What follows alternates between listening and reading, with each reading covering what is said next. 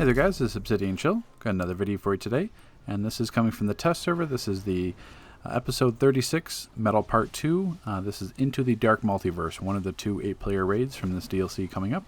In terms of release date, we don't have that yet, as of, I'm not sure we have a release date yet. I don't think they've mentioned that, which is good because these raids are full of bugs. Actually, we can't even complete the elite raids right now. There's in both raids, there's kind of like raid breaking bugs on the final boss that you can't even really progress. So there's some bunch of issues with them that are kind of a drag because we can't test properly yet.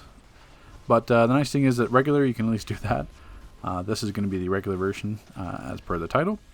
And right off the bat, it's nice because the raid is, or at least like I'll leave my comments to this one, but this raid is a completely new design, new map, so that's kind of nice. It's a refresh there. It's in terms of like how it looks, like it is kind of single texture. There's not too much changes from that, but the important thing is it's not like a recycled map. That's the nice thing, especially with the raids. Last DLC, there was a lot of recycling and false idols, and while the other map did have some changes, it was still kind of very similar. Seems like Monsters of Metal still had like all of Gotham in there, besides for some of the boss fights that were a little bit separate. So the way you start off this fight, or way you start off this raid, is running basically down the tunnel, defeating ads. Now, there's two things to note. For one, we tried skipping through and running ahead of all the ads, and that didn't work. It actually, you still have to beat all the ads. So basically, once you defeat a pile of ads, there's going to be like a little portal that opens up, and sometimes there's one or two ads that spawn from it. But it's like delayed by 10 seconds, so once you beat the ads, just be mindful that someone may spawn behind you. The other thing to note is that there's two things going on as well. That you have this damage over time that you see me getting, but there's also this weird hard stun that affects the other player. So if you're a precision DPS, then you can't even complete combos because you're getting hard stun the entire time. It doesn't show up in the combat log, so I'm not entirely sure what it is or why it would be associated with it. At least the damage over time, you can see me having a dot, like you have an aura on myself. So I thought it was, if the aura was on me and hit another player, it would stun them but do damage over time to me, but that didn't seem to correlate with how we tested. But we got the cutscene right now. This is going to start the second boss fight, or the first boss fight, which is actually super unique, which we'll kind of touch on in a sec here. We'll shut up so you can listen to the end of the cutscene. Okay, so there's going to be a lot of explaining to do with this boss fight. I'll do some of it here, just as a brief overview, and then I'm going to do a separate video that's an actual like breakdown guide. So essentially, it's a card hand, but there's basically, you'll see this terminal, which I probably should have hid in the video clip, but seeing this little terminal where in the text it'll say win card hand 0 to 3, do not let Batman fall. There's a little terminal there. If you read that terminal, it's going to explain all the rules. So you can, I don't think I did that in this clip, but I will. So essentially there's 4 cards up here, and then you go inside, and then there's all the cards in there, which you'll see what the inside looks like in a moment. But the concept is that there's Batman, there's Robin, Nightwing, Batman, Hawkgirl, Wonder Woman, Superman, and then the Batman who laughs. So the way you deal with this card game is it's kind of like a puzzle. Only certain cards will be able to defeat certain ones in different orders. So say, example, where we just did that, Batman Who Laughs has 3 arrows, one at the top, one at the left, and one to the right. But he has no arrow on the bottom. So that means you have to place a card that has an up arrow to defeat the Batman Who Laughs, or basically take his card off the board.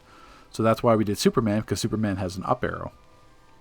So when Superman is placed, he will defeat the Batman Who Laughs card and then disappear. And then we have to disappear all, or defeat all the cards on the board. So that's why here we're going to put Nightwing. Nightwing can go up and to the right, and then the cards that were previously there, it had arrows. So the concept is there's two ways to look at the card game. One, so say Nightwing here, he has an up arrow and a right arrow. If you attack him from the right or from the bottom, you defeat him. Doesn't matter what the card is, how strong it is, doesn't matter. But if you face him from the left or the top, then he has to be weaker than the card you fight. So basically the order is like Superman's the strongest, then Wonder Woman, then Batman, then Hawkgirl, then Nightwing, and then Robin is the weakest. And then the Batman Who Laughs has the same strength as Batman, the regular card. And then basically once you defeat all the cards on the board, it says win card hands 1 out of 3, and you're done. So basically it resets here and to a new board, and then you go inside, which I'm going to do here. So I'm inside the portal.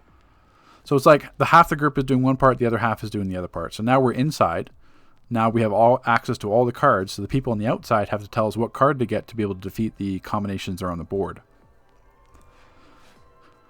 And then once basically you trigger a card in here, it's going to have this like dark energy ball that you have to defeat. In Elite, it kills you if you don't defeat it. I don't think in regular it does that, or it has tiny health anyway, so it doesn't really matter.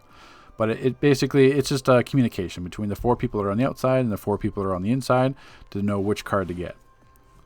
Currently, there's a bug where if you turn the cog on multiple cards at once, it bugs. I'm not sure if that's intended or not. It most likely is. But yeah, once you turn the cog on the card, you get an ad.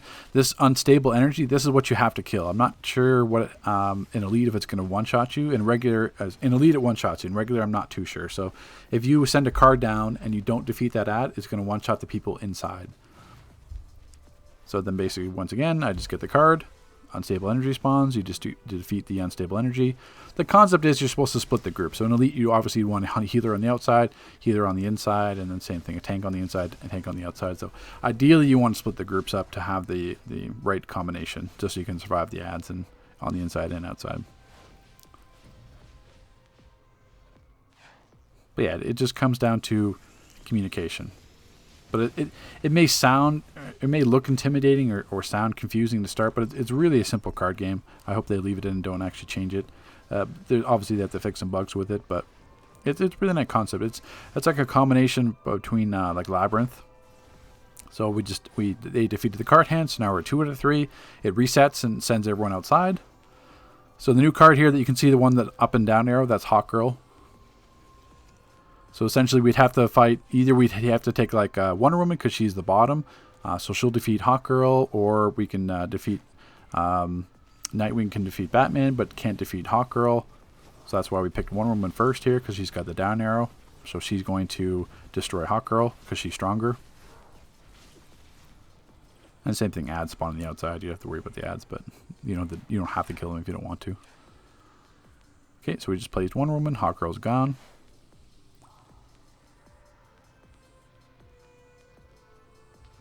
And then here you got choices, and you would need, obviously we'd pick Batman here. Batman's going to take out Superman because Superman can't defend. That's actually a better way to look at it. Wherever the card doesn't have an arrow, he can't defend against any attacks. That means like Robin could defeat Superman because Superman can only attack from the top. That's the concept you're looking at. So Batman took out Superman.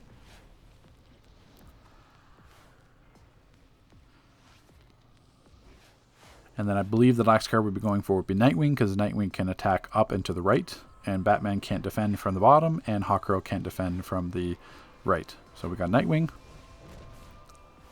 And we put Nightwing in the slot. And it's done. Card hand solved. 3 out of 3. We got a feed or something. I guess it's just from not screwing up. So essentially what happens if you screw up, Batman takes damage, and then you just have to redo the card. So I'm not sure, I guess eventually, if you failed enough times, Batman would die, and then you'd have to wipe. Other than that, I'm not too sure how it would happen. The other thing I do notice as well is, which is probably a bug as well, but if you have a heal, like say Galvanize or anything that heals pets or NPCs, you can actually heal Batman, so then Batman won't actually die because you can spam heals on him for recover health. I'm sure that's a bug though, but because I don't think you should be able to heal him when he's in that form. But yeah, now we're going to the second hallway. So as you saw from that first fight, it's interesting. We haven't had a fight like that before. It's kind of like a combination I was talking about before of like Throne of the Dead and Labyrinth, where Throne of the Dead teleports half the group outside. You both have responsibilities you have to do on the inside and the outside to survive, and then it brings the other group out. And then Labyrinth obviously was the puzzle that changes each time. There's different variations. I'm not too sure because I haven't run it that many times, but the times we failed, there might be like 4 or 5 different combinations of cards initially, so then you would know which ones to get. But it doesn't really matter if there's different combinations, because you obviously can look at the card, like look at the board, and then as long as you understand what all the other arrows are, then it's not going to be an issue. But if people want to, I'm sure there'll be clips where, hey, if it's this combination, then you do this. If there's that combination, do that. Like I'm sure someone's going to post on the forums with like the pictures, or I'm going to make my in-depth video just separately on the card game, just like I did with SSE, with having to turn the cogs on the inside for the drowning part. So now it leads us up to the second boss here. Superman! I am the dragon of the forge. You are Hawkman, and we've loved each other for hundreds of lifetimes. I protect the Forge of Worlds, now and forever. So we get to fight our giant chicken monster. And once again, this fight, it's unique and bugged at the same time. Or it's not really bugged, but it's like we're not sure what their direction is for the fight. So essentially, right off the bat, basically, you kill the boss. The boss has health checks where he'll walk to the center and do like a slam, a two-handed slam, essentially like the same thing as I can't remember. Multiverse? No, Merciless. Drew blank there for a second. Yeah. So same concept of Merciless, where you walk to the middle. He's gonna walk in the middle right now. You have to hide behind these rocks, or you're gonna. Well, not in regular. You get stuck to 5% health, which I'll show in a second here, and I think 2 other people tested it this time. So when he slams, yeah, Stritchville, Code, and Dane stayed out. In Elite, they're one-shots you. So that's the only difference here. In regular, it takes you like 5% health, which could be an issue because of these Forge Embers. At the moment, the Forge Embers don't really do any damage unless they explode on you. But if they explode on you, they don't really do any damage. So they're kind of like the spores from the Ivy fight, where they can follow you around, aggro players. But at the moment, they aren't doing any passive damage. Like the spores have the damage over time, which ticks hard. But these ones don't. So that's kind of curious. The other difference is, in regular, I don't believe there'd be a damage check, but in Elite, there is a damage check. So you remember these phases, same thing. So now he's immune to damage. We have to hide behind the rocks. I'm going to stay out this time just to show you guys what happens if you stand out in regular. Boom, 5%. I get healed. But in Elite, you have 5 phases of that, and if you don't do it at the 5th phase, then it's a wipe. Like it's a group damage check. But there's no skull. There's no like red warning here. You just have to know that like he's going to walk to the center and then he's going to do the slam. So kind of like Merciless, but at least Merciless had like coding. So that's a bit weird. I think there should be kind of some kind of indicator there, because if you fight with him in the center, then he's just going to go up and do a slam, and if you're not recognizing when he's immune to damage, then you're just going to die. So once again, in regular, this is really quick, and Elite just takes a little bit longer because he's every 25% health. You'll have to do another phase. And Elite, he can destroy those rocks. So while he's walking by those rocks, he can destroy them, so you have less places to hide.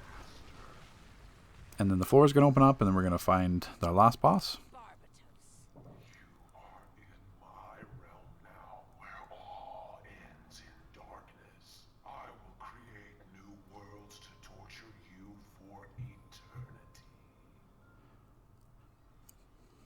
Okay, so now we start this final boss. I have to delete stuff from my inventory because this game likes to be retarded on tests and give me like tiny ass inventory space, which is super frustrating. I've even asked maps to see, hey, can you at least give me some extra slots here, do something, because this is screwed. But nope, that's a topic for something else. So the way this fight works, this fight is like organized chaos, basically. I'm not sure half the time what's going on. So at the beginning, you have to pick up these cogs, the nth metal, bring them over to Hawkman. Which basically starts the fight. The other issue is that the boss de-aggro's a whole bunch of times and pulse beams you. You'll see that it kills me once in regular, it kills you a bunch of times in Elite. I'm not sure why there's an aggro drop there, so now you guys get to enjoy this Infinity War moment. Cyborg, now!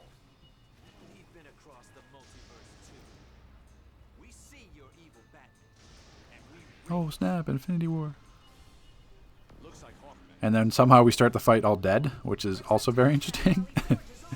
That happens in Elite too, by the way. You just start the fight on like 2% health and just 4 people die in Elite, which is great. But besides that, now we decided to kill the Dark Spirits. I'm not entirely sure what the Dark Spirits left up would do. I'm assuming since they're kind of beaming people, they would heal Barbatos. But we decided to kill the Dark Spirits. But I can't officially say what effect they have on the boss if you left them up, but I'm assuming you have to. So basically here we go to the nth metal, turn into Hawkman. But like the sub-bosses on the side, like Merciless, we can't target them yet. We can only target the main boss. So think of it like in Holy Matrimony, you know, that the second boss right before the final, you had all those cogs you had to turn to fight them each individually. Same thing happens here. You turn the cog, then Red Death becomes available, then the next one, like Dark Robin, will be available, and as you go. So basically you're just DPSing as they go before you can defeat the final boss. And then at some point you'll see a bunch of people change styles, like they're in like the Merciless style. I know that's from turning the cog on the nth metal. For a while I didn't do it, and I'm not entirely sure what effect that had either way. Maybe I took some more damage, but it seemed like I was doing everything fine without being in that form. And then eventually I went over and turned the cog and then got transformed to the Merciless style.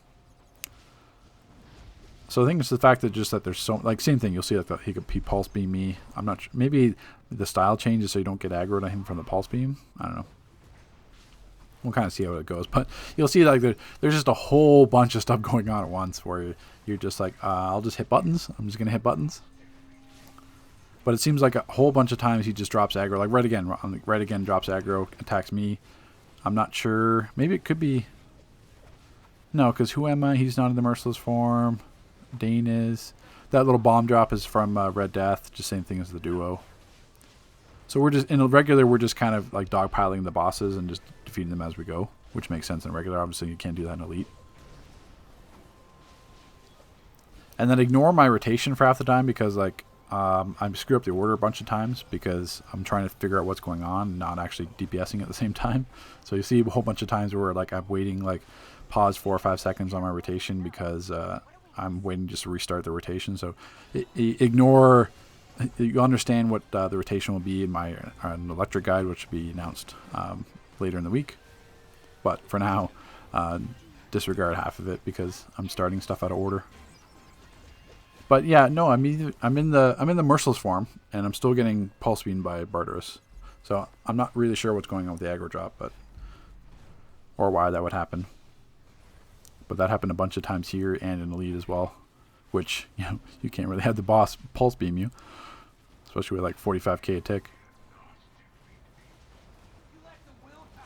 But yeah, that's all it is. You're just killing the sub-bosses, and then eventually towards the end, you're going to see a focus point come up, which should happen after we defeated the sub-bosses. But each sub-boss has its own effect. Like you saw me got levitated by the birds. That's from Dawnbreaker from the alert. Red Death drops his bomb. That's the bomb from the solo. What's the other bosses? I don't know what the Red Robin does. Merciless, I don't really think he did anything. I don't think we tried to drop an orbital strike, but maybe that. So this focus point, you can't turn the cog or interact with it. Yeah, see right now I'm dying from the friggin' pulse beam. Super annoying. Because it was only me, it seemed. But I guess I was top boss damage. So maybe it's just like a DPS thing. But so basically with that focus point, the only thing that we saw was that you need to get the Barbarous to walk towards the focal point to be in range of it. And then you'll see this cog start up. So that's the only thing I can assume is that you have to get him towards that focus point. So he's going to walk towards it, get in range. Now all those cogs are up. I turn a cog, Dane turned a cog, and there's one other player that turned a cog, and then he died? Question mark? I mean, I checked the footage again. You can check it slow-mo again, but there's 5 cogs. Only 3 of us started to turn the cog, and the cog was at like 10%, not even fully done, and then the orbital strike came in and killed him. So I'm not sure what's supposed to happen at the end there. I'm not sure how that's supposed to work because I would imagine we have to turn the cog completely and not just like turn it like for a half fraction of a second. So that's the raid. Really interesting, super unique, super interesting. There's just a whole bunch of bugs at the moment right now, so I'm not entirely sure what it's supposed to look like or how it's supposed to work at the end. In terms of artifact setup, I am running the crit artifact. The Lamort artifact for a single target, so that's the finisher artifact, and then I'm running the stone. But in my AoE one, I was just running the crit artifact, the stone for might, and the supply drop, and then the scrap soul cloak for circuit breaker. But Tigreus, thanks for watching. Stay tuned for the next raid video.